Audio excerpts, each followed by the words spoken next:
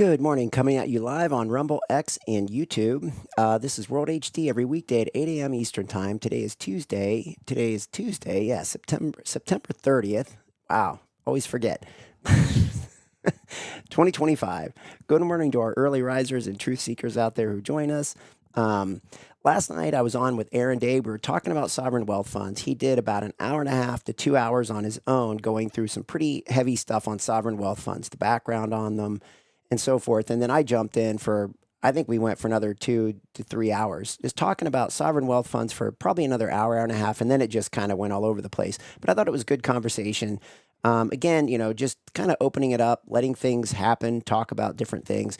I probably wouldn't expect people to listen to a whole 5 hours of that, but the first hour and a half was really good in terms of sovereign wealth funds. And then I thought we covered some things. And I think here's what we're going to do with that stuff is it's very important to track. I'm going to try to summarize it.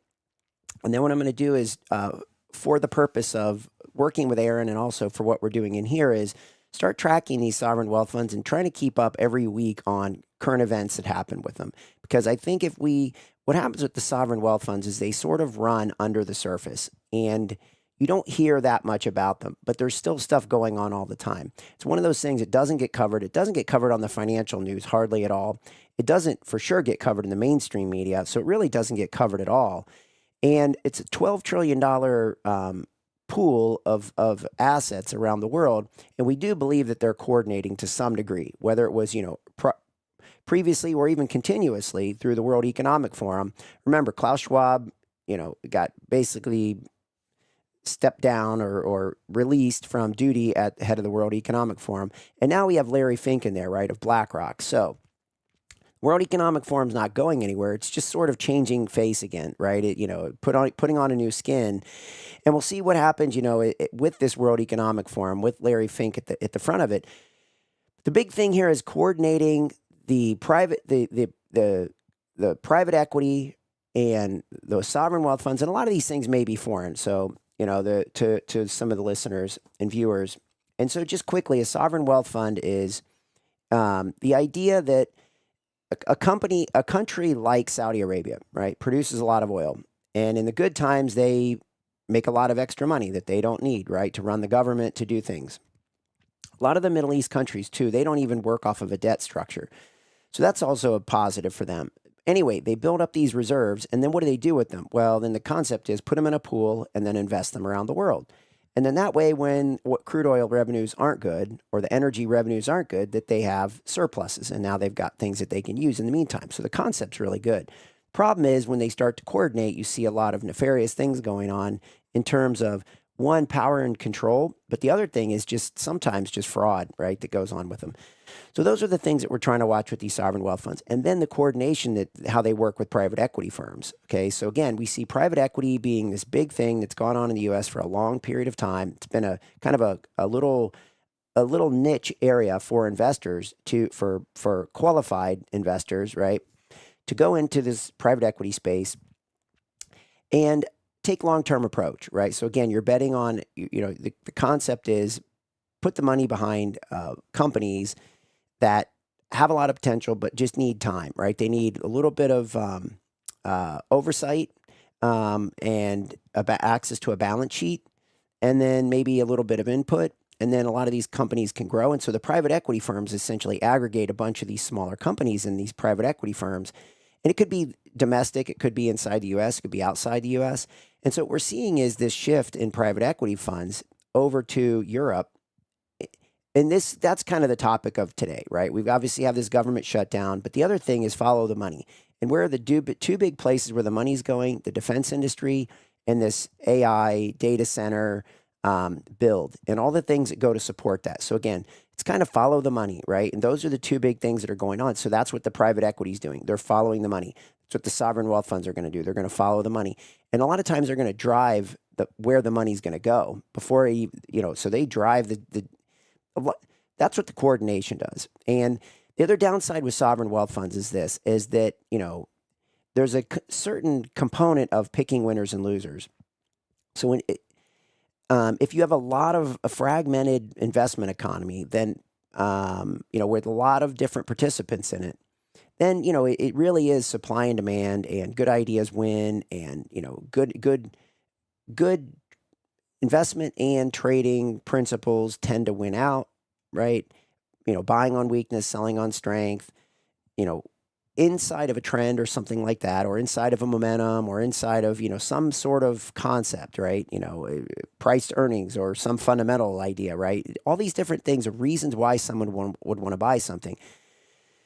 The key is when they start to drive and influence that, right? When you don't have fragmentation, when you don't have a diversified investment um,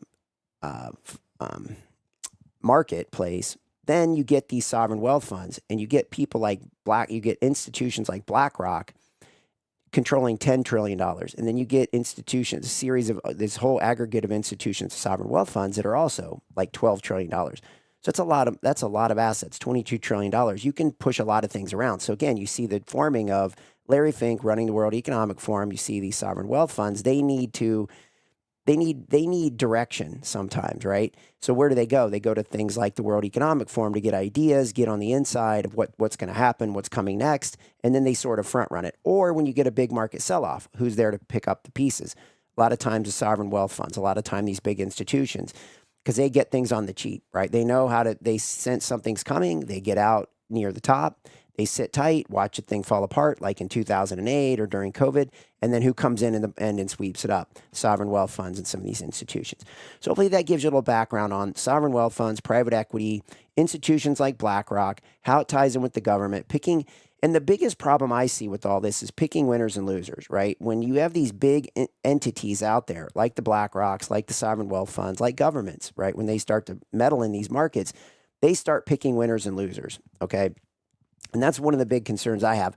Plus, then this leads us into the whole technocracy concept, right? Of technology and using that technology as again, an aggregated group of people trying to establish rule of law, how things are done through technology, right? Using technology as oversight, right? The eye in the sky, watching everything that's going on and controlling who gets what and when and how, and all the way down to the individual level. All right. So hopefully that ties that stuff together.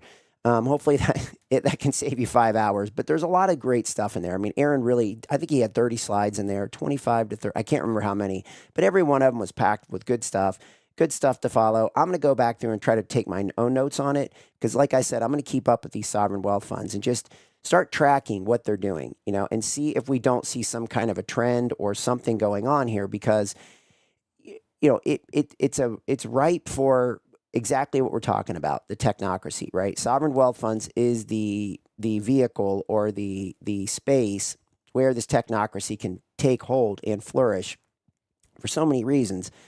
And so, is it moving in that direction, or is it moving away from that direction, right? That's what we want to see and the only way to know that is to track it, and no one else is tracking it. So we want to track it. And then that way I can keep up on it, report it back to you, report it back to Aaron, report it back to his followers.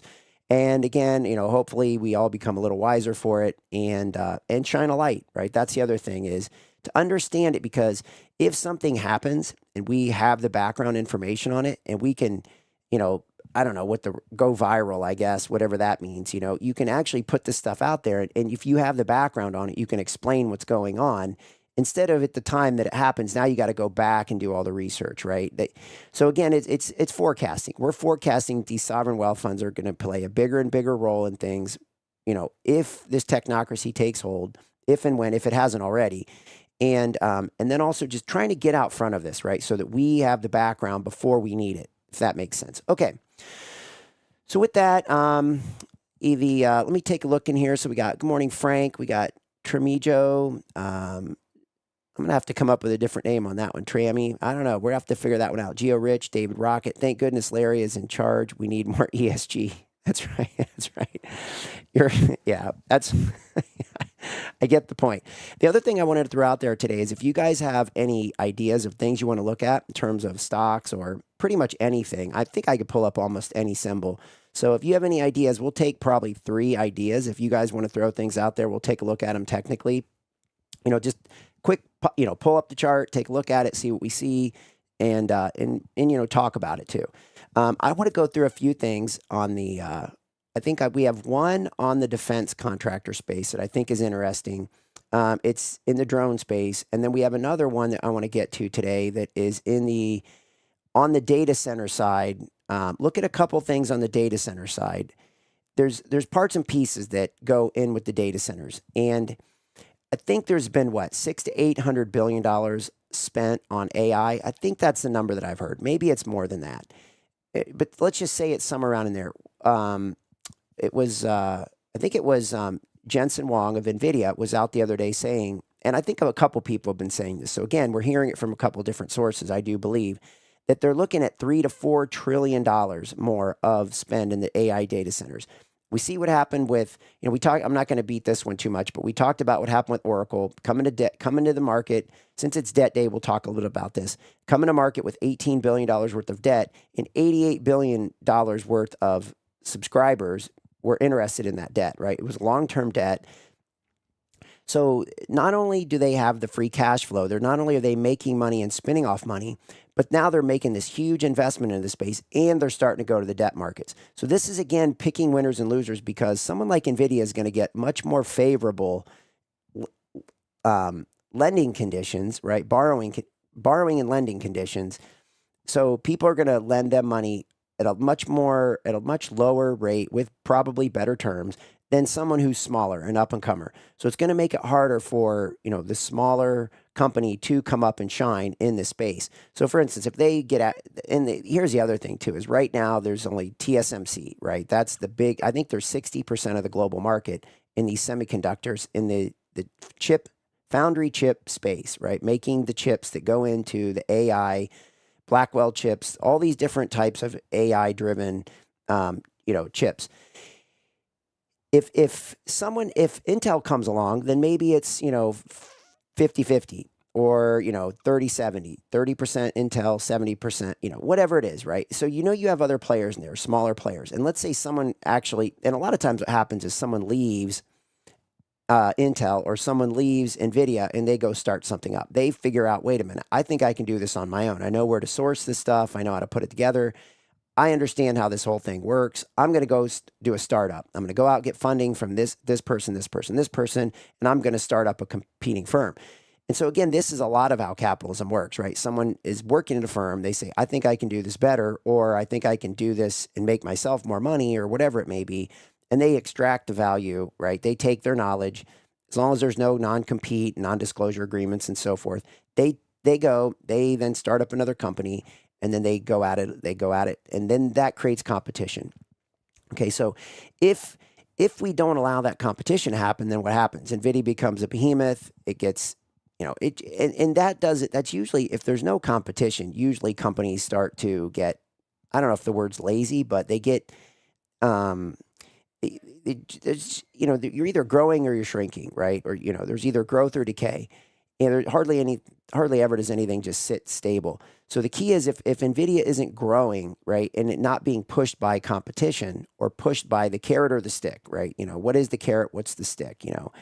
At some point people make enough money and they're like, yeah, Jensen Huang, I mean, you have $150 billion. If you don't have an agenda outside of earning money, then you're probably not going to stay motivated.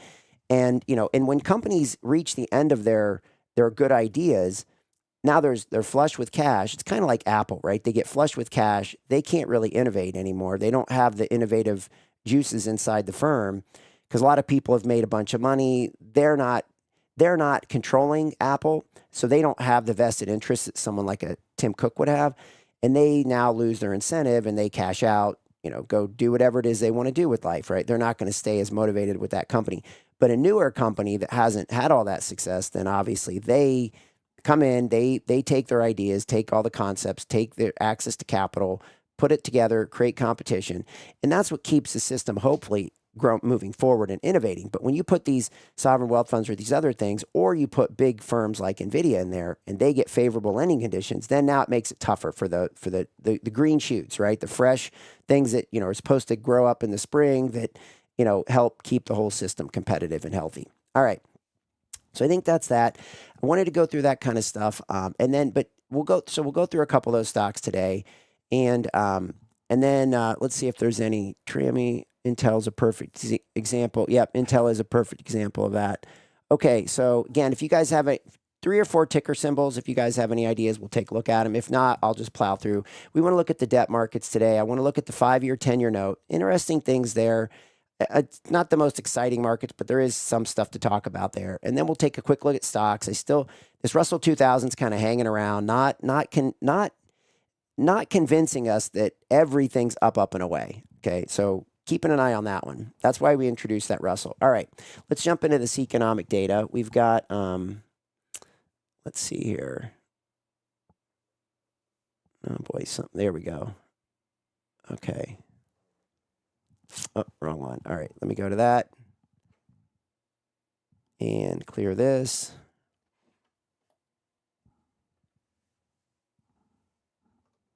All right, I think we're good to go.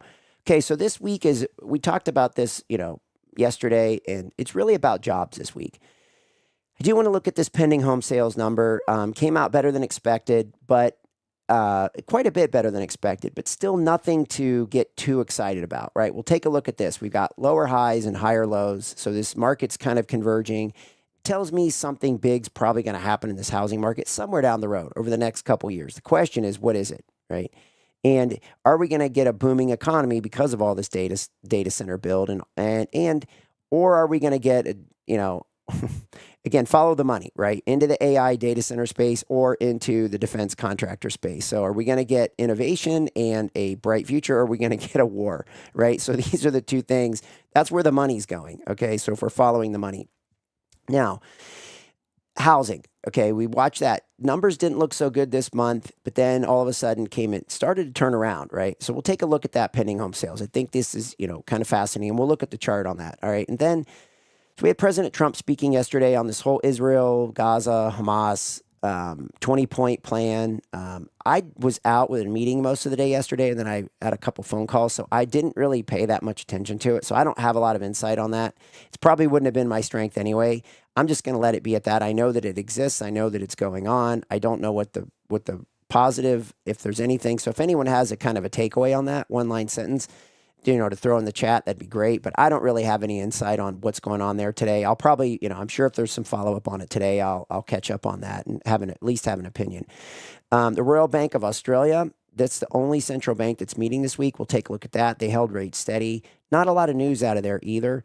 And then we have the German preliminary CPI.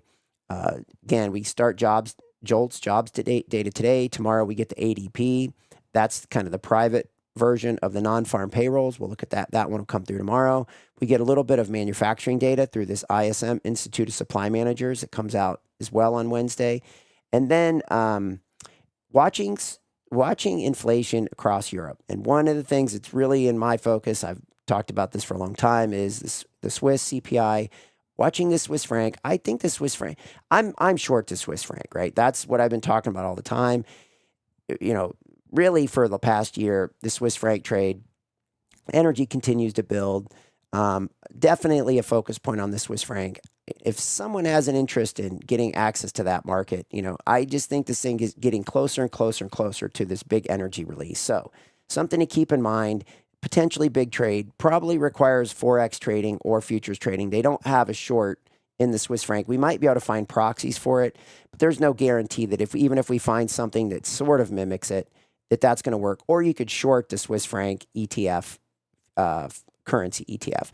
That's another potential option. So we'll look at that. I don't know if we'll look at the chart on that one today. Maybe we will. We'll see. We'll see how we do on this stuff. We'll see if we get any other requests, and if not, maybe we'll look at that one. And then we go Thursday, the unemployment claims. I think unemployment claims has a bigger impact on a week where everybody's eyeballs are on jobs. So I think this week out of the month, so we get 4 reads each Thursday. We get the read on the unemployment claims. I think this one tends to have more importance. That's my gut feel, right? From watching the markets, I just think everybody's eyeballs are focused on jobs. And I think it goes into the composite of the outlook on the jobs. And why does that matter? We're going to talk about that today with the central bank, right? This government shutdown could have an impact on the Federal Reserve. We'll get into that here in a second, all right? And then I think that covers it. Then obviously the non-farm payrolls on Friday. And then, again, we talk about the weakness in Japan. we're going to look at tonight we'll look at this. Let's just flip to the next sheet, then we'll talk about that. So I think it's on Tuesdays. So here was a review of yesterday's. This U.S. pending home sales expected at 0.2%, actually came in at 4%. Again, we had President Trump speaking, a couple FOMC members speaking, Muslim, Williams, Bostic. Like I said, I was out a lot yesterday, so I didn't really get the gist of their speeches. But the markets are pretty flat, so I'm assuming not much was said out of them. But again, always watching these FOMC speakers to see if there's if the in between these Federal Reserve meetings, when they speak, sometimes you'll see a shift in the bias, okay, toward rate cuts or rate hikes or doing nothing. I still think we're in that camp for 1 or 2 rate cuts this year. It's not quite 2, but it's almost October for sure, and then possibly, a high probability of December. So we're kind of straddling the fence for like 1 is almost locked in unless something major happens.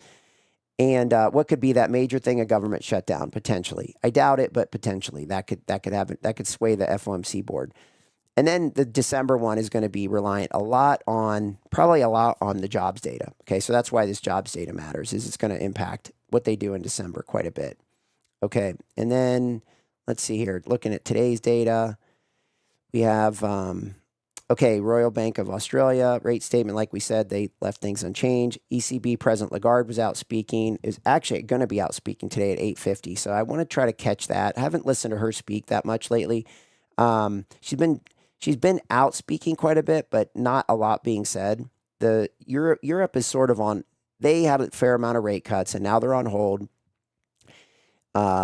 Just watching, right? We could go on for an hour on that one too, but the key is probably time to start paying attention to her again, because what she's been saying hasn't been mattering at all. And usually that's a sign that at some point it will start to matter. Are they going to do more rate cuts? Okay. If they are, what does that do? It probably leads to weakness in the euro, probably spills over to weakness in the Swiss franc. If we get issues coming through Switzerland, and there's a lot of things starting to heat up with Switzerland, right? President Trump is actually having a lot of interaction with Switzerland, and there's a lot of his policies are having an impact back on Switzerland, right? From a tariff perspective and so forth. So I think this Switzerland is heating up quite a bit. And it fits with the technicals, right? It fits with the fact that we've got this huge energy build. So that's why, again, staying focused pretty close on this Swiss franc. And then, like we said, JOLTS job openings out at 10 today. That's expected at 7.19 million. CB Consumer Confidence Index expected at 96. 2 decent data points. We'll see what happens there. And then President Trump is out speaking again at 11 o'clock today. FOMC Goolsbee, this guy is, we'll see. This could be a guy that gets swayed, right, in terms of direction, in terms of policy. I'll leave it at that, right? This guy could someday be the head of the head of the Fed. Okay, right? He's definitely being groomed for something. But I'll leave it at that, right? We'll just let that go. Okay. And then tonight, the Japan Tonkin Manufacturing Index. Want to watch this for potential weakness in Japan, trying to keep a theme with manufacturing. Services is also very important, but I want to get a read on the manufacturing. How weak is Japan? What's going on there? And does this Tonkin, do we get a weak number? Maybe we'll look at that here too. I think we're ready to do that. Let's go over and take a look at this. Maybe we'll take a peek at that one. All right, we'll come back to this stuff. Let me go, let's go to this. I think this will do it. Yeah. Okay, so let's take a look at this one. I want to look at the pending home sales. This, I do believe, is it. Okay, good. So we have pending home sales, and this is since 2021. So we're looking back about, almost 5 years now. About 5 years. 5 years of data.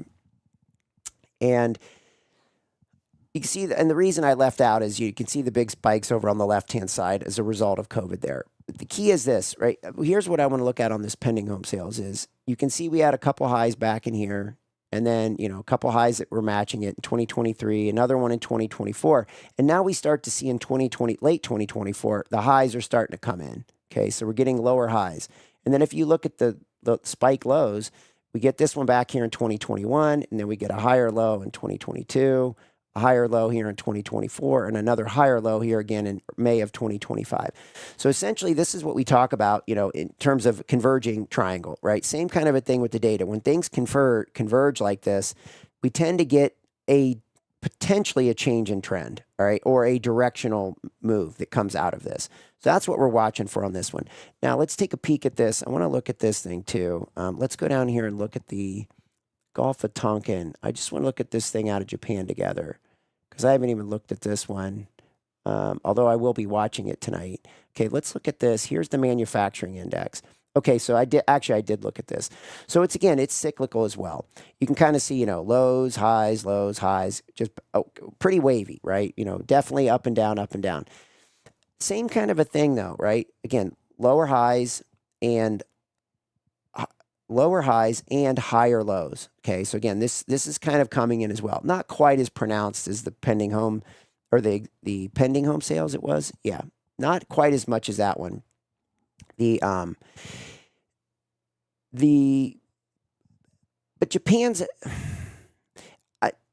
we'll just leave it at this, right? The chart is, here's the other thing. Can we get a negative read? Can Japan start to move toward a negative read?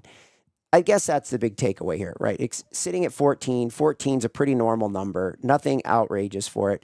A spike 25 or something like that would be, that would change the game in terms of positive outlook on the manufacturing side. However, anything moving toward the zero line, going negative, we can see it's been negative multiple times in 2002, 2009, a little bit in 2012, right through that region, then again in early 2020. I think if this thing starts to go negative again, it could be sustained, right? I guess that's what I'm trying to say, is that the currency's giving us indications, the debt market's giving us indications, the weakness in the Bank of Japan, the weakness in the government of Japan is starting to give indications that if this thing rolls over here, we could see a sustained type of a move, not this oscillating up and down, up and down. It could be a sustained type of a situation because it's been living in a positive situation since 2021. Okay, it's been positive, but it really hasn't gone anywhere, right? It's just kind of hanging around, and that fits with Japan, right? It's just kind of hanging around. Again, if we're going to move into some kind of a sovereign debt crisis, this is where we might want to watch for it. All right. So again, looking in this manufacturing space to see if it can give us a heads up toward some kind of a sovereign debt crisis coming. And what would be an indication of that? Starting to move toward zero, starting to hang out around zero, and maybe going negative. And maybe not just like we saw, like the first one back in 2002 is what? 1, 2, 3, 4, 5, 6, 7, maybe 10 or 12 months worth of data that's negative. And then the next one was 1, 2, 3, 4, 5, maybe 7 or 8. And then this last one's been 1, 2, 3, 4. So something that's like, I'm talking like 30 to 40 to 60, right? Data points that are below zero or maybe not totally below zero, but quite a bit below zero and hanging below zero for a long period of time. That's kind of what I would be looking for from a forecasting standpoint on this. All right. I don't think we missed anything else on this. I think we got all the data in there. All right. There we go. So that's the end of the data. Okay. I think we're good with that. All right, take a look at a couple headlines here. Like I said, we'll try to keep this one a little bit shorter today. Yesterday went an hour and a half. Okay, so J.D. Vance was out talking about the shutdown. And if this technocracy thing is for real, then this is the guy we want to watch because everything gives us indication that J.D. Vance has been propped up and built by Peter Thiel. All the way back to when J.D. Vance met Peter Thiel at Yale. And then after that, Peter Thiel's been very instrumental in so many ways in J.D. Vance's career, from his first job to his job in venture capital to setting up his own venture capital firm to the political side, and then actually also being instrumental in introducing J.D. Vance to President Trump. So you could call that just taking someone under your wing, or you could potentially call that an agenda. What's the agenda? This technocracy. Okay, so this is the guy that we would want to watch very closely from a technocracy standpoint. And so when he talks about this government shutdown, why does that matter? Well, that's not normally, I don't think you would have seen Mike Pence talking about that, or Kamala Harris or something like that. So again, I think they're trying to put J.D. Vance out to cover more things than what a vice president normally covers. And that would be the tip off. That's the thing that would tip us off is when he starts covering more things than a vice president normally does. And we saw under, Bush 2, Cheney took a lot of power at the vice president level. So again, Cheney was pretty outspoken, grabbed a lot of power, gave a lot of power to the vice president. I don't know how much of that was relinquished, but again, this is what I'm watching for. One of the things I'm watching for, again, sovereign wealth funds is one big thing. How are those orchestrating with the private equity and globally with big entities like Council on Foreign Affairs, Trilateral Commission, World Economic Forum, all these kind of things. How are they integrating with that? And things like this, right? Simple things. How much is J.D. Vance out speaking? And is it the typical things that a vice president would be doing? Or is it more than what a vice president would be doing? Those are the kind of things I'm watching because I think you can tell why, right? Without going into great detail on it, are they setting him up? And the whole Charlie Kirk thing's suspicious too, with Vance's role in that whole situation in my mind. So again, I'm just watching this kind of stuff closely. All right, so J.D. Vance talking about this government shutdown. Here's what we really want to get into with this government shutdown, though. All right, so pull up my notes here. So I had a couple things. All right, so over the past 40 to 50 years, we've had 21 government shutdowns. The average duration of a shutdown is like 8 days when we actually get one. And the longest one is around 35 days.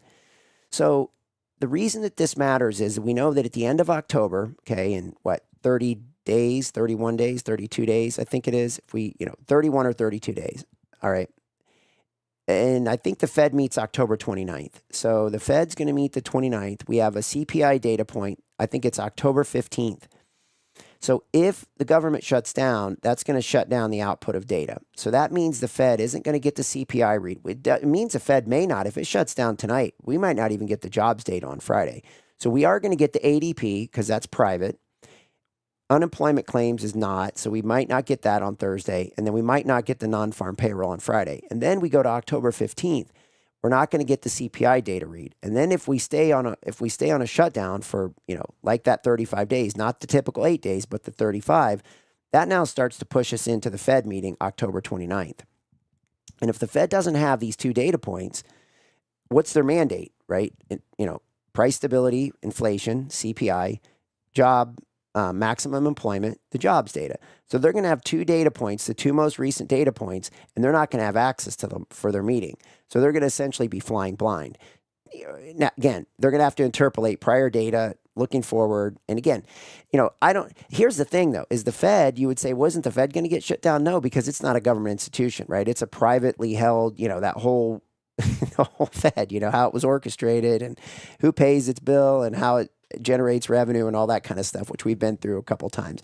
So the key is the Fed could actually be in a funny spot because come October 29th, they're sitting there saying, we have to make a decision one way or the other because we're this private, separate, independent institution, and yet they're not getting the data. So are they, now we'd actually see what the Fed has, what's going to be their storyline because we know they're still getting data. It's still the state level. They're pulling, again, they have the 12 regions, right, including New York. And so they have all the information coming in. They have plenty of information. But it would just be interesting to see how they handle that. And what do they do? Would it give them an excuse to not cut rates? Would it give them an excuse to, that would be it. 25 basis points or not cut is really their decision, probably the end of October. And so it would just be fascinating to see what the fallout is on that. And how much pressure they get put under if that's the case. Okay. Just something to think about there. And then, so again, it has a chance of getting a little bit interesting. And so the question is the market a little bit over dovish, meaning the market's sort of building in two rate cuts in the end of this year, October, December, and then also building in some probability of a couple more rate cuts in 2026. So you figure that if they did two more and two in 2026 sometime, and we just did one, that's 5. So that's 1.25%. That brings us down to what? 3%, which I think has been the number that Stephen Moran has put out there, President Trump has put out there. And Stephen Moran is saying a couple 50 basis point rate cuts. So what he's saying is let's just get there fast and then let's be done and find this long-term stable rate. So again, the Fed's mandate has been those two things: maximum employment, price stability, and Stephen Moran introduced that third one, right, which is long-term stable interest rates. The problem is the market isn't going to always give you what you want. So the market is really what sets the rates, and the Fed a lot of times responds to it. So in some ways, the Fed there are some good ideas behind the Fed, and it's not a total, waste. But the markets a lot of times will do the work if you let the markets do the work. So they'll actually find the rate, all right, and then the Fed sort of just builds to that rate. Sometimes they'll influence the short end of the curve, but the 5-year, 10-year, 30-year, they don't have much influence on that stuff. Okay. All right, let's keep rolling here. I think we covered that on this. One of the things I did want to talk about is this, though. The reasons for the Fed to not cut rates really comes down to two things: growth and inflation. And growth is, so the administration said, we're going to give you 3% growth. And everybody laughed at them, said, you're not going to do that. And they did it. Okay. Now, is it sustainable? Are they going to hold that 3% growth? We saw 3.8, I think, on GDP last week.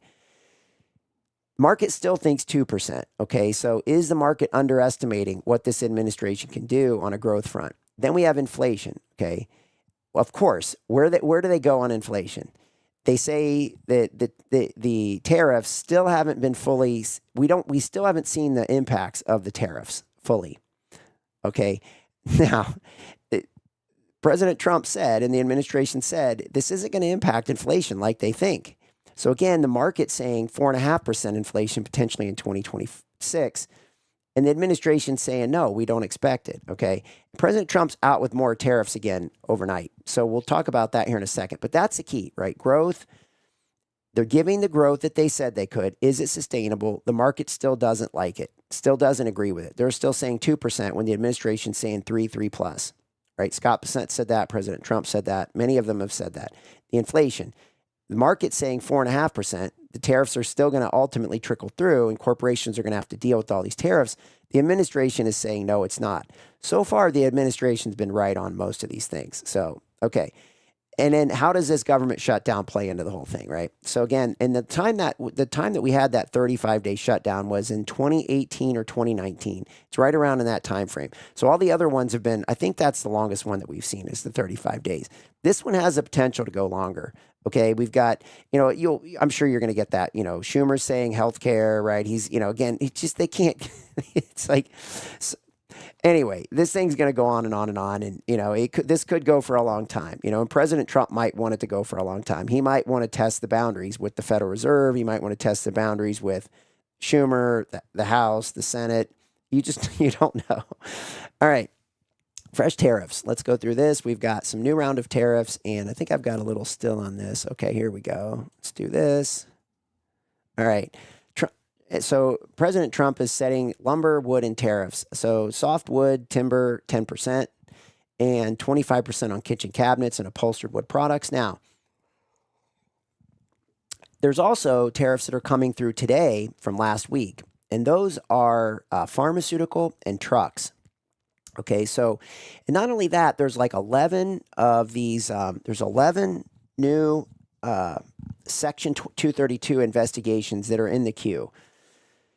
We don't hear about this all the time, right? So this isn't stopping. There's a whole, again, they just keep pushing out with these tariffs, and they're getting good at litigating this stuff. They're getting good at going through this.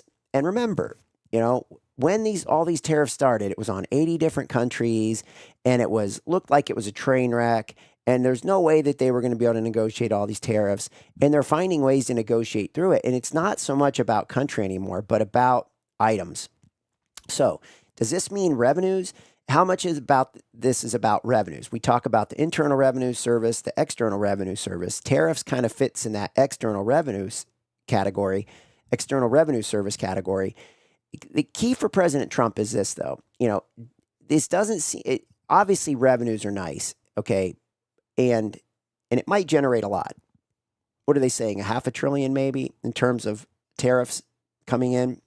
But I think the real key is it's more about balancing out the trade relationships. Okay, we've seen that time and time again. If you really look through, the noise, you can see that it's been a lot about trade relationships, stirring them up, trying to reestablish them, and calling them out.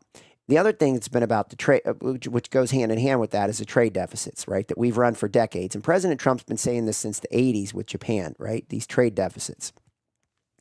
Okay. The problem is it just shifted from Japan to China to all these other India, all these other locations again. Okay. So, but he's been saying that for a long time. It's just a matter that it's a moving target. Okay. And the other thing is national security, right? And this leads us back to the opening on the sovereign wealth funds, right? So again, the concept of the sovereign wealth fund is to get things that we need from a defense standpoint, really from a defense standpoint. That's the way to sell the idea of the sovereign wealth fund. And then hopefully give it back to the people. That's the concept with the sovereign wealth fund. Is that what it's being used for? Again, that's why it matters what J.D. Vance. If he's going to run this technocracy when President Trump isn't in office anymore, and we're about to get fooled by this, then there's an issue here with, the sovereign wealth funds and the technocracy and J.D. Vance. So I think those are the real things to watch here. All right. So, pharmaceutical, quick thing on the pharmaceutical. We talked about this last week. On the pharmaceutical side of things, all that's needed to eliminate the tariffs on the pharmaceuticals is to show that you're manufacturing in the U.S. Pretty simple, but still it requires a commitment. Okay. I don't know how hard and how firm that commitment will be. I don't know if it's just show signs that you're starting to move toward the U.S. or it's making some form of commitment. I guess that's the key. Again, is your toe inside or is it outside, right? Again, it's just your toe, but is it inside or outside? How big of a commitment is this? I don't know the details on that. And that might be part of what's going through the court system and so forth. But then we see this again. That was last week. They're not waiting. They've got it in play. It's moving forward. And bam, here they come out with, lumber, softwood timber, and kitchen cabinets and upholstered wood products. Now, why does this matter, right? We talked about Restoration Hardware, a high-end importer and reseller of furniture. The CEO there was out, I think it was probably 3 weeks ago, we were talking about this, when he's like, yeah, this is the worst conditions I've ever seen, being the CEO of Restoration Hardware. But here's the thing, this is really good for someone in North Carolina, okay, who makes furniture, or, someone in, an upholstery maker, and I don't know where upholstery is made in the U.S., but is this going to bring manufacturing back to the U.S.? What is that manufacturing going to look like? Does it require as many people as it once did because of automation? Are these people, when you bring this back, are they going to get the resources they need through tax breaks, through other things, to actually retool and use AI? Is the administration, and I'll wrap it up with this, but is the administration banking on innovation and just throwing out the opportunity, throwing out the technology, and letting the people figure out how to become, effective, fair trade manufacturers in the world by giving them the tools that they need, right? So giving them, saying, hey, look, we're trying to make it fair for you, make it a fair. And this is what he said, right? I mean, this is right back to what he said. We're going to try to make a fair playing field for everyone. And then what we're going to do is we're going to innovate, right? We're going to give you the tools you need. And then it's really up to these small businesses, the manufacturers, the furniture manufacturers in North Carolina, to say, hey, we can compete, right? Let's get to work. Let's compete. This is that whole this is the green shoots, right? This is that concept of really trying to instill and get the green shoots going again in the country. And this is why we're watching this Russell 2000 index, right? Because if it starts to break out on the upside and it starts to outperform these other indexes, it's going to be a good indication that we're seeing a changing of the manufacturing index, manufacturing in the U.S., and the small companies are starting to make progress again, okay? And that's what we really want to see, right? Because then that means that the power is coming back into the hands of the people. You put money back in the hands of the people at the smaller level, right? That's where we know we get the growth. That's where we get, the non-concentration of power, okay? Because now the power gets spread out to all the people, to more people, right? Small business.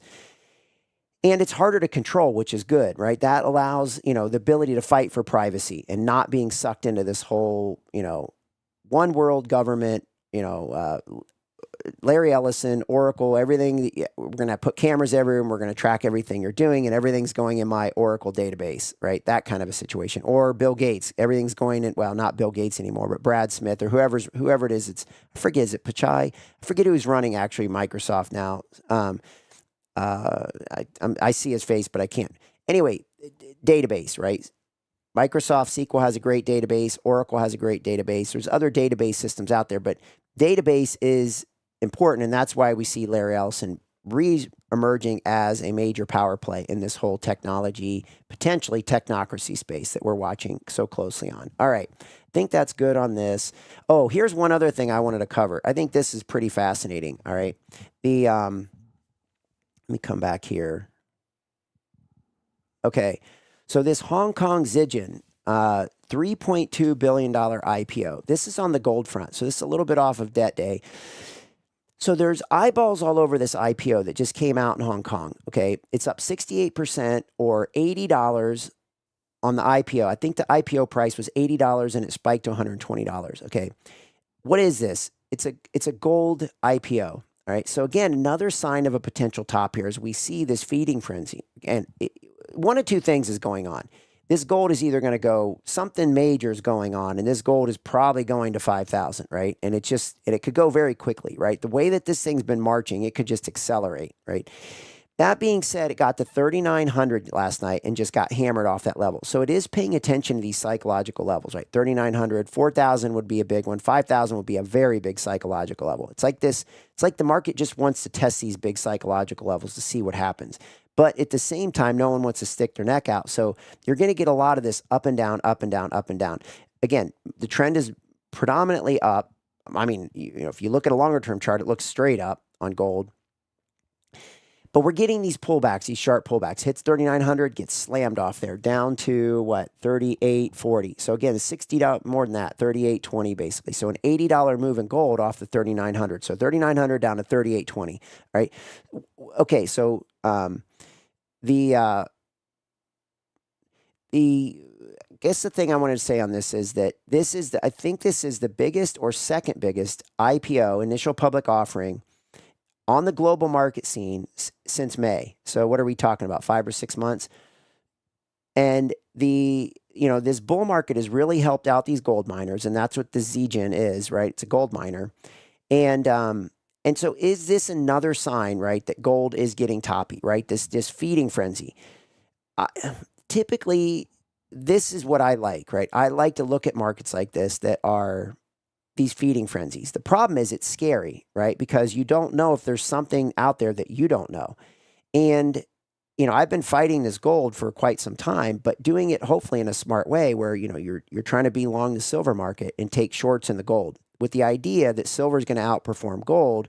And if you're going to get pullbacks, the pullbacks in gold should be sharper than the pullbacks in silver. Okay. So again, trading it individually, but also as a spread, right? That way, you're not overly exposed if something crazy happens and the whole metals market goes up, right? So it's sort of a protected way to play the short side of gold. Now, that's not for everyone.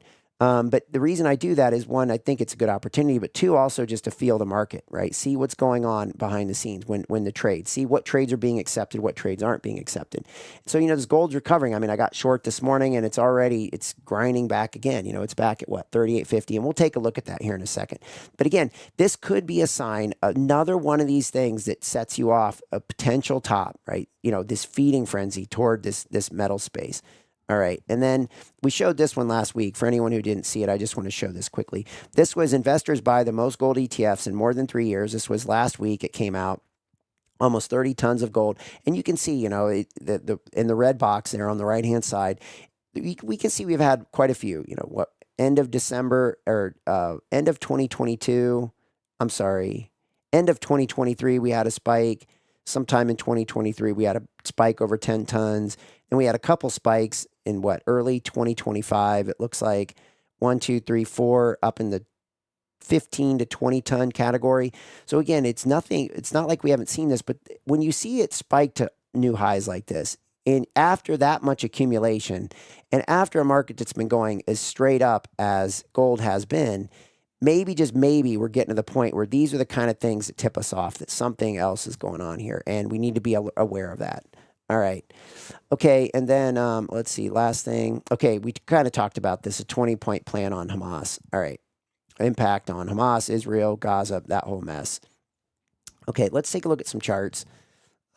See if we got anything in here. See if we, okay, CLX is one. David Rocket puts in CLX. Trammy Joe. Okay, Trammy Joe. All right, now I know how to say it. Trammy Joe. All right, Intel is a perfect example. Rachel, I'm late. Good morning, Rachel. Okay, we'll look at David's. The same basic deal has been on the table for 90 years until the Palestinians agree it isn't going anywhere. I think that's right. Yasser Arafat and the Camp David Accord. Yeah, I think you're right. Yep. Yeah, that. How can you? Yeah, that, man, that's like painful to think about. Okay, Rachel Locke, I didn't hear anything about Trump's meeting with Netanyahu except there was no color guard to meet him when he arrived. Okay, that's interesting. That's pretty interesting. Thanks for that, Rachel. Hamas has the choice to accept or Gaza will be reoccupied by Israel. Okay, that's good. Filippo, Trump will be speaking on the same topic as the SEC war, which is alien invasion or war with Iran or something. Good day to buy defense ETFs. Yeah, that's where the money's going. You're right. TZ Burt, mortgage rates are coming down a bit. That's good. Jay White, good morning. Please share and hit the numbers. Yep, thanks for that, Jay White. If you can, hit the likes up. That's be great. Gordon Q, Powell will do anything in his power to screw the economy. Boy, that opens up a can of worms. We can't go there today, Gordon, but you definitely hit a nerve there. Okay, good morning. I made it thumbs up, y'all. I made it thumbs up. Good morning. I made it. Thumbs up, y'all. Crash and splash. All right, good morning, Crash and splash. All right, and then Gordon Q and mass Fed layoffs. Yeah, that would be nice, wouldn't it? 500 economists. It wouldn't be bad to see a few of those guys go, especially the ones that aren't that effective. Okay, so let's so let's take a look at these charts. Let's check this CLX out. I don't even know what that is. I'm going to put this in here and then we'll do that. What is CLX? Oh, Clorox. Yeah. Got that one. Okay. This should be a good one. Okay. Yeah, this is looking pretty good. First impression. All right, so let's kind of break this thing down. Let's go through this and take a look at this. So this is a weekly time frame. Let me just look at this. Let's take a look at the monthly and let's take a look at the daily. All right, so let me put this in here. Let's go daily.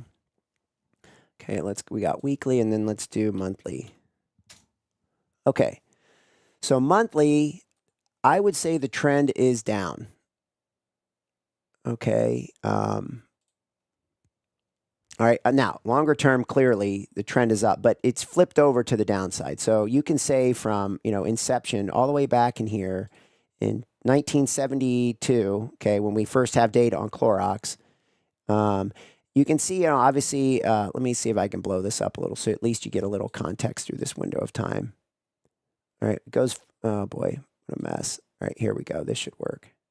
Okay, so you can see through here, it pretty much sits around this. Again, there's probably been a lot, we don't know the history on all this, but there's probably been a lot of stock splits and things like that. So this data gets sort of distorted. So we can't get carried away with the past, right? And say, oh, well, look at how it was at $1 for, because that's the initial impression is you could go right here and say, oh, look at that, I'm going to switch this over to the purple. That way we can save that for, oh yeah, let me set it. Okay, so there we go. That'll be good now. Okay, so in that purple box, right, you could say, oh, well, Clorox sat at $1 for, from 1973 until 1983. So for 10 years, Clorox sat at $1. That's really not the case. It's probably a lot of stock splits, so it makes it look like that was the case. Anyway, then we go through the 80s with Clorox, and we get this pretty nice uptrend, right, pretty steady. And then you get to, 95, and the thing just accelerates on the upside. So this is always a good lesson as to what markets can do. You're like, wow, this market. So if you looked at it here, right, let's just say you looked at it there, you're like, oh, wow, I think Clorox is getting overvalued, Well, not necessarily, right? Because then you see it just completely skyrocket. And there's a lot of things going on here with stock splits and, different things, right? Anyway, trend is up. We get this spike up here in what, late 2000, okay, right around in here, and it sells off back to trend. Okay, so no big deal there. Goes up, sells off, back to trend, okay, back to the moving average. Then it rallies and it gets really far away. Okay, so again, Clorox can run, as we've seen. It's again, great, just general household product, that everyone needs. This would fit in that consumer staples category, right? And unless there's some other product that I'm not thinking of, but generally speaking, this is things that people need. Even in a recession, this is things someone would need. Okay, so you like this idea, right? Especially if you can buy it on the cheap with the idea that you think it has some upside to it. Especially if we go into some sort of a pullback, some sort of a, and you can't rule out that we could be. That we could go into this big data center push, okay, and see this big productivity gain. We could potentially have, growth, massive growth in one part of the economy and, massive recession in another part of economy because, this is part of the AI revolution. And I think is the haves and the have-nots. And Aaron was talking about this, and I really have been thinking about this a lot as well, that the, as people learn how to use AI and they learn how to use this stuff, they become more productive and more efficient, maybe faster than ever before because they get access to things and they can, like Aaron was talking about last night, building a business, it's all based, and I don't know how you do this, and I'm not sure I believe that it can be done, but I can't rule it out that you can actually build a business completely with AI and then have it sort of run itself. I guess it's feasible, right? Anyway, back on the point is that the good thing about Clorox is people need it and they're going to continue to use it. Okay. Disinfecting, cleaning, right? A lot of different products in that space. So it's a good, safe play, right? Something people need, unless this demarcation between the haves and the have-nots gets so massive that people can't even afford Clorox products. So I think David's right here. You want to look for a pullback in the stock. Okay. And what do we see? We see an energy build occurring, okay, here on the monthly. Right, we see. So I would say that there's a good chance that this Clorox can trade across this range. All right, especially down at the lower end of these bands. Right, so we've got these standard deviation bands, the red and the white. That's essentially what these are. So we get toward the end of this, okay, down toward the bottom of this, down in here, and you can see the market has the desire to go higher. Gets down in this area and then it bounces. Gets down in this area and it bounces. So your risk is low. Right, that's on a monthly time frame. If you're looking for something you can sit tight with for quite some time, your risk is low right now at this, 105 to 120 area. So 105 to 120. If you can pick it up in that 105 to 120, you're wrong, maybe around in here, something like that. Basically a break of a big psychological level like 100. You can't be sure of anything, but you can almost be sure that Clorox, if it gets down to 100, there's going to be some support there, right? Some fund managers got this on their watch list, or a lot of fund managers, and they're thinking the same thing we are right now, that, hey, this is a good consumer staple stock. This is a good holding. If I can pick this up cheap, I probably should, especially if we roll over and go into some sort of a recessionary amalgamation of a recession, whatever that may mean in the future. This is a good play, right? And it's a good holding to have. So if we get down to that 105, if you could pick this up to 105 to 108, your risk is at 100, a break of 100, a big psychological level. And you have some of these standard deviation bands, which tend to play out quite nicely because, again, markets get overstretched like a rubber band and they like to bounce back. Now, this thing has bounced back a couple times, right? It's gotten here and it's bounced, right? Nice bounce from what? 123 to 175, came back down, went to 116, bounced to, 168. It's come back down here. The question is, will it bounce? That's always a question. What's going to happen next? All right, so let's go to the weekly time frame. So I would say the trend has rolled over on Clorox to the downside. So we have to be cautious here. But I would love to see the trend on, and the way I'm saying that is right here, right? The reason I'm saying that is this. Let me be clear. So the yellow is below the blue down in this indicator, okay? I use that for my,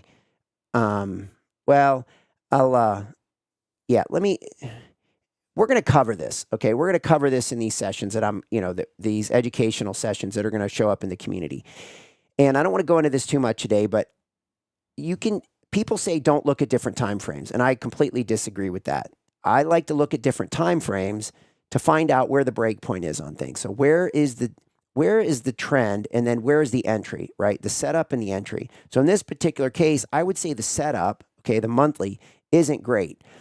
Looking up here, so looking up at the top, just at the price action and the standard deviation bands, I say this looks really good. Okay, I like what's going on here. A pullback to this green line would be a no-brainer. Okay, so again, that would be, because again, you get a demarcation of risk. So 100 be a big psychological level. I would expect a reaction at 100. Okay, so if you can buy it at $105 to 108, your risk is really low, and your risk is another chance to say maybe a bounce up to up to 150, 170, something like that, right? Could happen again. This thing could go sideways for a long period of time. It could just come down in this range and then bounce again, $50, come back down, bounce $50, okay? Maybe more, right? Maybe 80 to 100. Comes down, bounces, come down, bounces. Could do this for years and years and years. 100 would be your spot to manage the risk against. Now, if that gets blown through, then I would look at this, somewhere around in that 75 range to give it another shot. Okay, where again, and where do I get that? I would be looking at this trend, and I would be looking at something like this. Fan that thing out a little bit. Okay, give yourself a little bit of a range.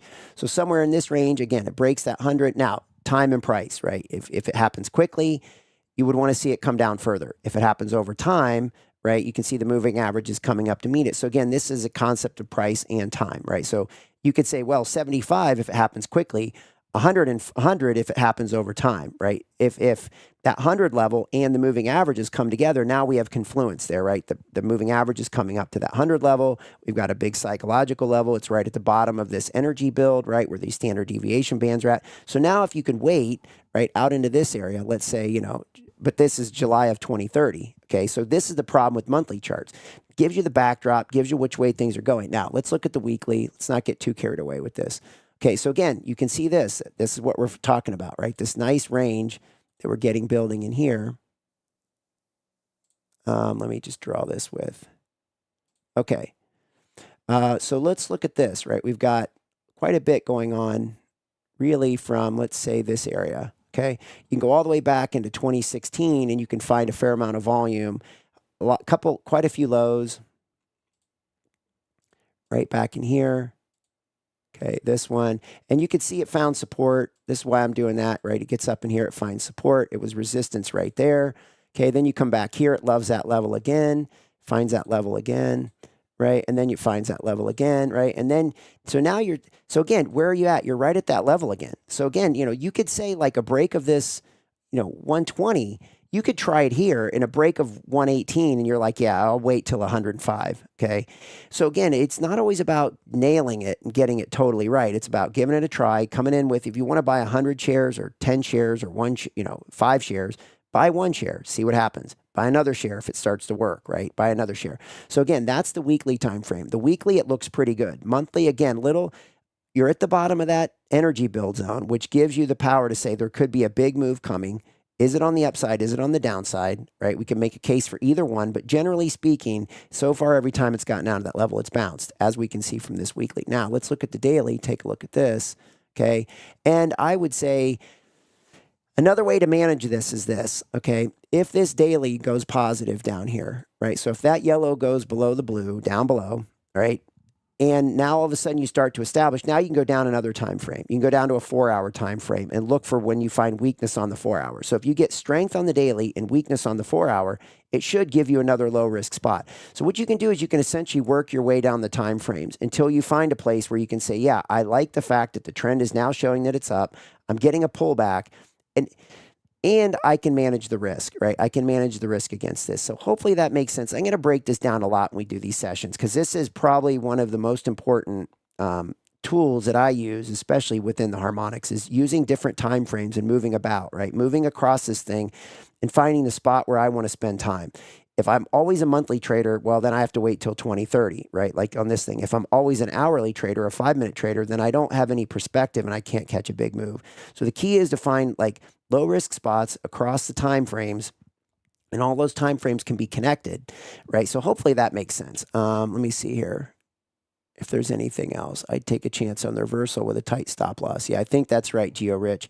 look for direction on higher time frames, and look for setups and lower time frames. Yep. So Geo Rich is right. It's just make sure that you have a good strategy when you do that.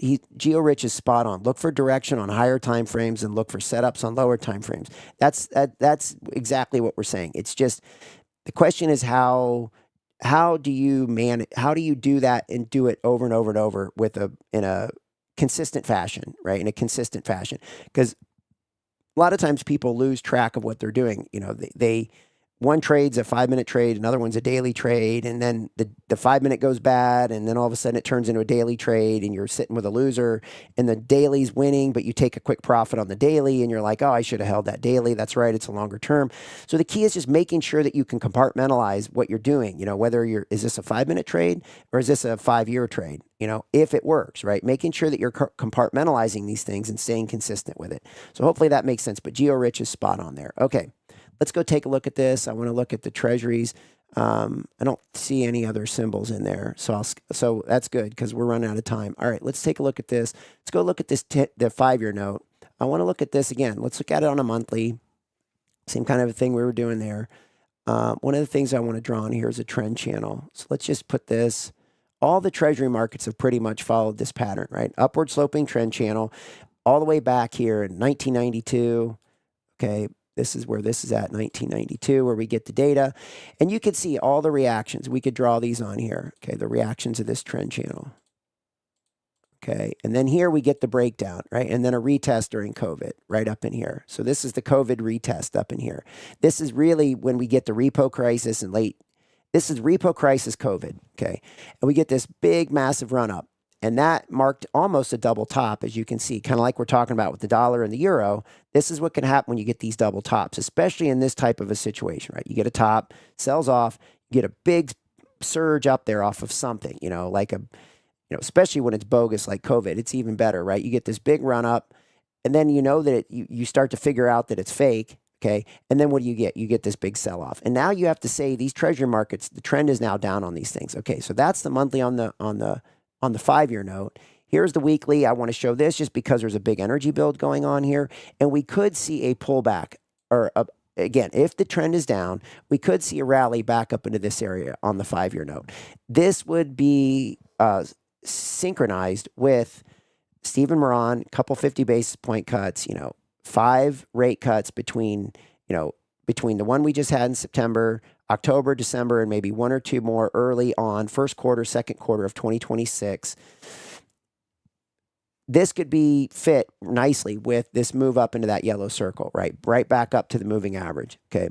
That might be a spot to think about flipping around and getting short the market, okay? With the idea of higher interest rates, back to Japan, back to manufacturing, back to potential sovereign debt crises around the world that could start to pop up in years to come. They can only, you can only hold a ball underwater for so long, you know what I mean? And then at some point it pops up, right? And when it does, it's violent and you don't necessarily have control over where it's going. It's going to surface.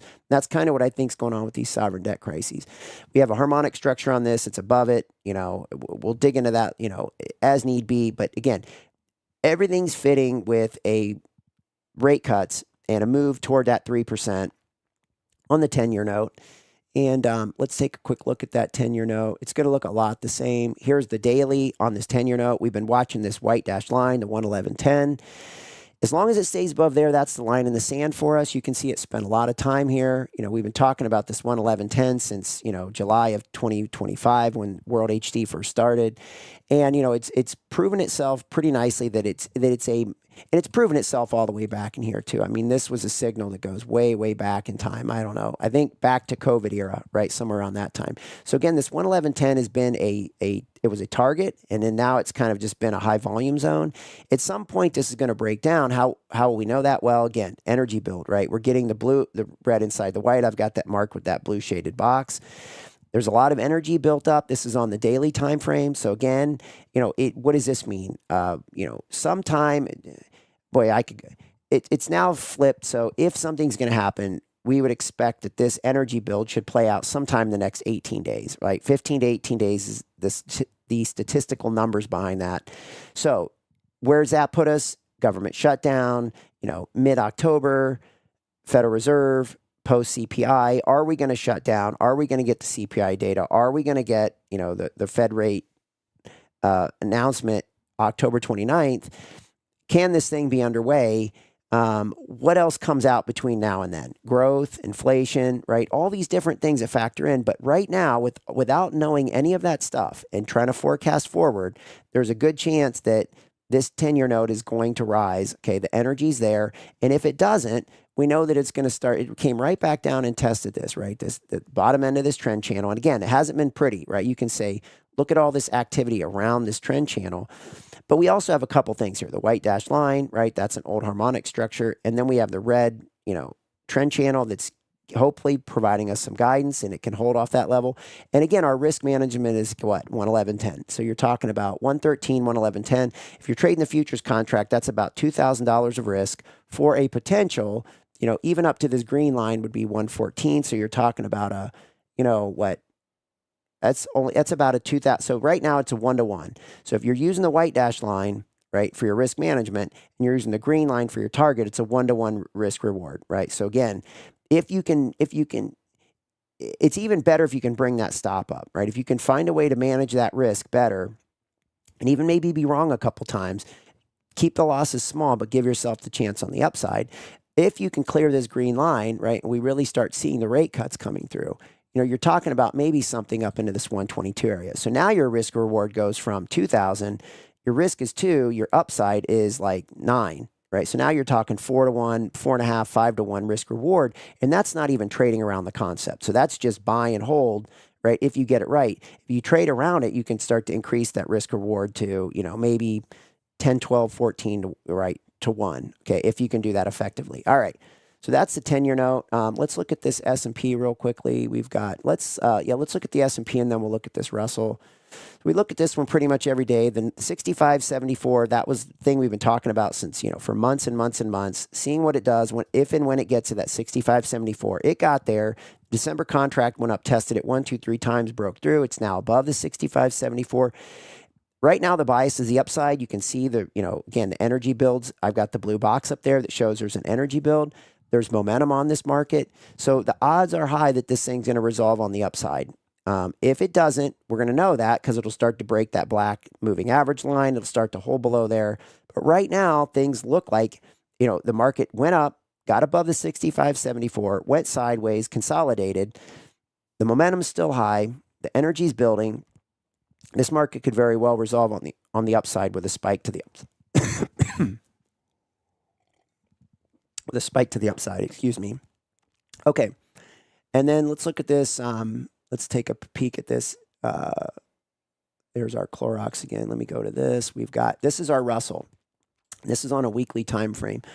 So again, we've had 2 prior highs. This one back in here with the pink box, and the Russell's sitting right there again. Okay. Right at this 2467, 2,467 level.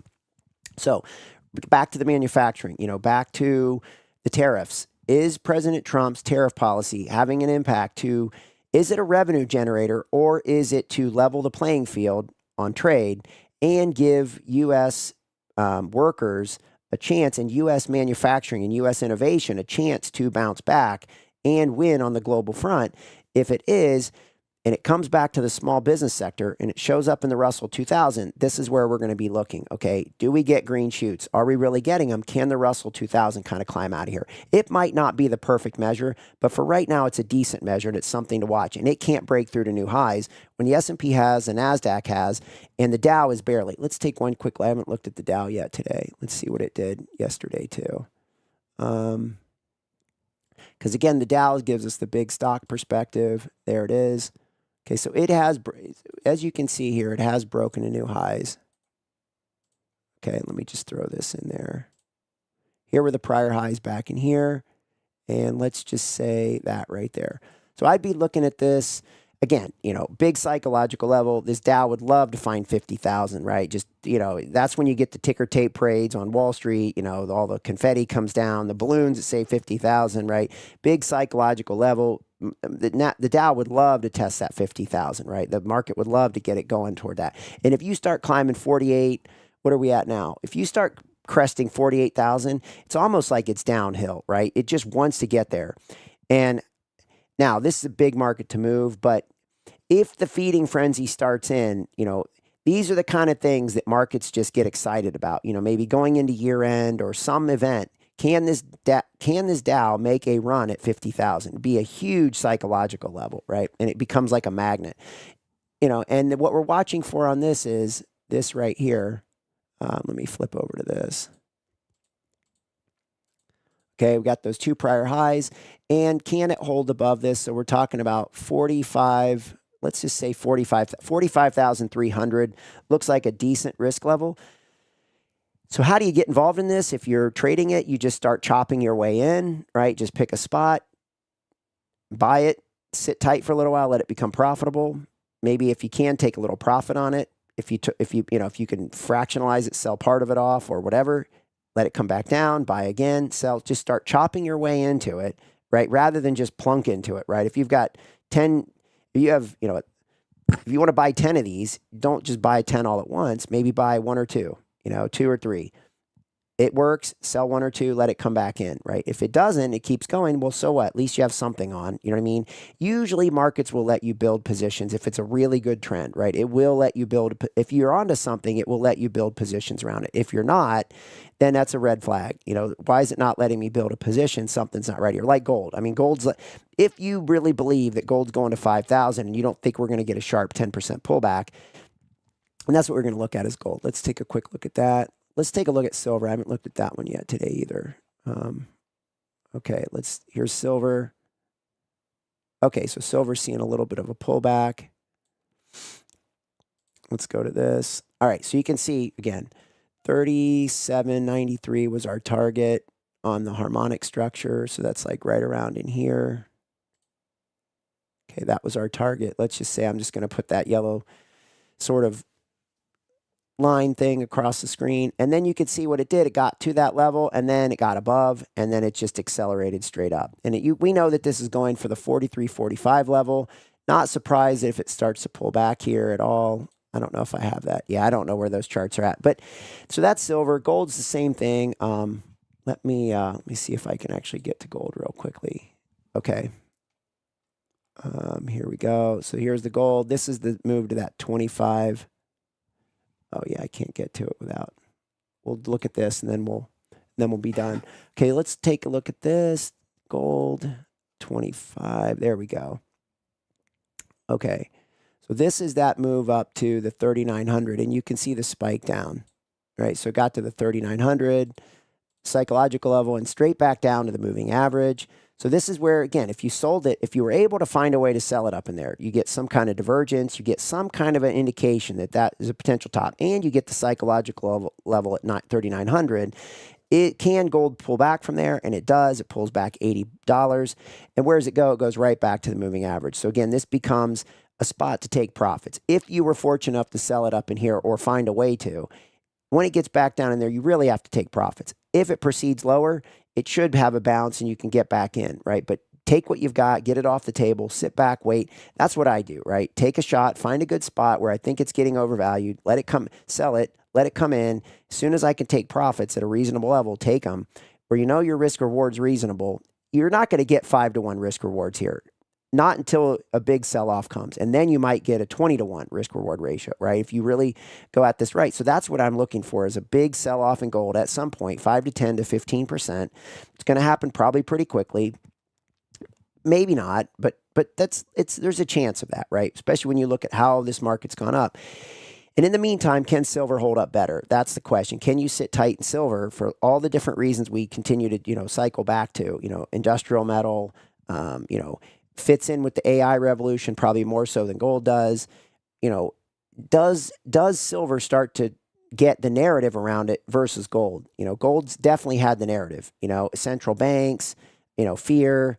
If the fear dissipates and we go into more of an industrial kind of a mindset, even if it's war, even if it's recession, you could still have silver do well. I mean, we're in a crazy times, right? I think it's I'm finding that it's very difficult to just say, well, here's how it's always been and here's how it's going to be in the future. Because I think we're at a point where a lot of things can change going forward. And so we have to keep an open mind and try to work our way through this, not just say, here's the call and I'm standing by it, right? Just be, staunch in your stance. I think the key is to just try to say, hey, this is like David was saying, and Clorox. Look, it's a good spot. Give it a try, right? Makes sense. Consumer staple, makes some sense. If you could get 105, that's even better. But at least it's on your watch list, right? You're saying, hey, Clorox is a decent buy. If I can get 105 or whatever the number is, I forget, but essentially that pull back into those levels, your risk, patience is good especially if you can get 10 things on your radar, and not all 10 are going to hit, but one or two of them hit, and you're like, wow, I'm glad I was patient on that. You like the longer term idea. You're trying to be patient. Your risk is low. And find different ways to manage that. And that's all these indicators and tools are. And the harmonics is a kind of its own little special thing. It's a little bit different than that. But anyway, so with that, I think we're good. I think we've covered everything. Well, we could have spent a lot of more time on that, but that's okay. We're good. We'll come back and do that. We're going to do that over and over again on these different little tech stocks, and because there are a lot of sub plays underneath this NVIDIA and the data centers and things like that for those who want to get involved in it. All right. With that, have a blessed day, everyone. We'll come back tomorrow. Tomorrow's Energy Day. Some interesting things on energy. I've already got a few things stockpiled for tomorrow, so I'll be excited to do energy tomorrow. We'll take a look at crude, natural gas, RBOB gas, thanks to Trumpet. That's kind of on our radar now, but there's a lot of other things going on in this alternative space we want to look at too, the alternative energy. And again, sovereign wealth funds are playing a lot in this too. So again, probably cycle back to the sovereign wealth funds from time to time. Thanks, everyone, and we'll catch you tomorrow.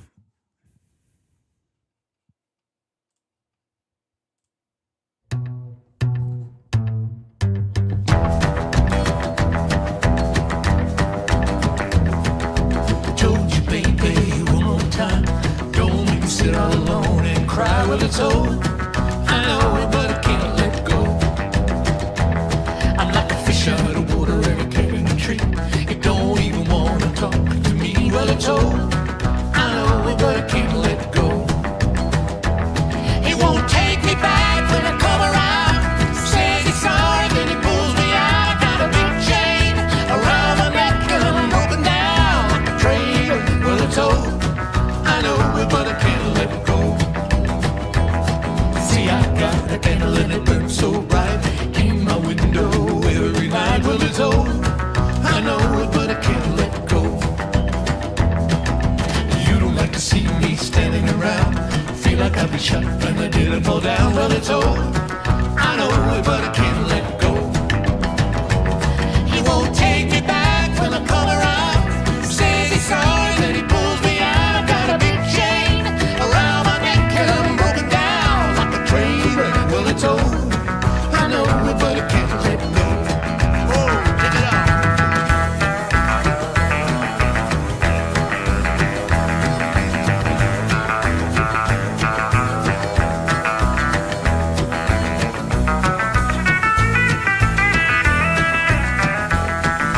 Turn off the trouble like you turn off the light. We're not gonna let me, but it just ain't right. Well, it's over. I know it, but I can't let go. Around every corner, something I see brings me right back how it used to be. Well, it's over. I know it, but I can't let go. It won't take me back when I come around. Says he's sorry, then he pulls me out. I got a big chain around my neck and I'm broken down like a train wreck. Well, it's over. I know it, but I can't let go. He won't take me back when I come around. Says he's sorry, then he pulls me out. I got a big chain around my neck and I'm broken down like a train wreck. Well, it's over. I know it, but I can't let go. It's over. I know it, but I can't let go.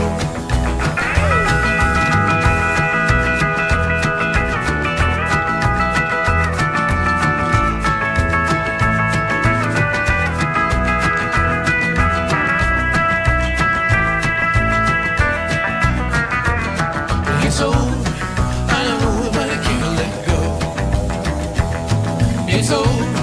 I know it, but I can't.